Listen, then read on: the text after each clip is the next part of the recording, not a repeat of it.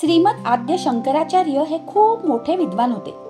त्यांनी संपूर्ण भारताचा प्रवास करून सगळ्या सजीवांमध्ये एकच देव म्हणजेच आत्मा असतो या विचाराचा प्रचार केला होता. त्यांना आपल्या ज्ञानाचा मोठा अभिमान होता. एकदा शंकराचार्य काशी येथे गंगेवर स्नान करून आपल्या शिष्यांसह एका गल्लीतून चालले होते. त्याच वेळी समोरून एक चांडाळ म्हणजे त्या काळी समाजात अस्पृश्य मानला गेलेला व्यक्ती आपल्या 4 कुत्र्यांसह येत होता. त्या काळातील रूढीनुसार शंकराचार्यांच्या शिष्यांनी त्या व्यक्तीला दुरूनच ओरडून सांगितले, बाजूला हो, बाजूला हो, आमच्या स्वामींचा विटाळ होईल, लांब हो.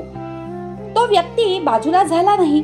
उलट त्याने अत्यंत शांतपणे थेट आद्य शंकराचार्यांच्या डोळ्यात पाहत एक मर्मभेदी प्रश्न विचारला.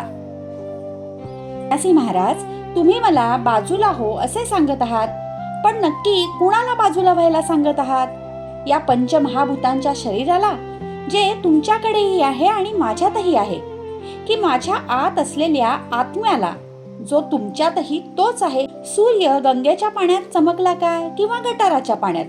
सूर्य अपवित्र होतो का? त्या गरीब माणसाचे हे तार्किक शब्द ऐकून शंकराचार्य स्तब्ध झाले. ज्या देवाचा विचार ते पुस्तकात वाचत होते तो प्रत्यक्ष माणसाच्या रूपात समोर उभा होता. त्यांचा ज्ञानाचा अहंकार एका क्षणात गळून पडला. त्यांनी त्या व्यक्तीला आपला गुरु मानले आणि थेट त्यांच्या पायावर डोके ठेवले. याच घटनेनंतर शंकराचार्यांनी मनीषा पंचकम नावाच्या प्रसिद्ध स्तोत्राची रचना केली, ज्यामध्ये त्यांनी लिहिलंय, जो चराचरात एकच आत्मा पाहतो तोच माझा खरा गुरु आहे.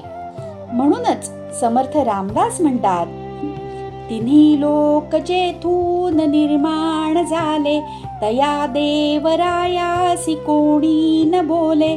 जगी थोरला देव तो चोरलासे, गुरु वीण तो सर्वथाही न दिसे.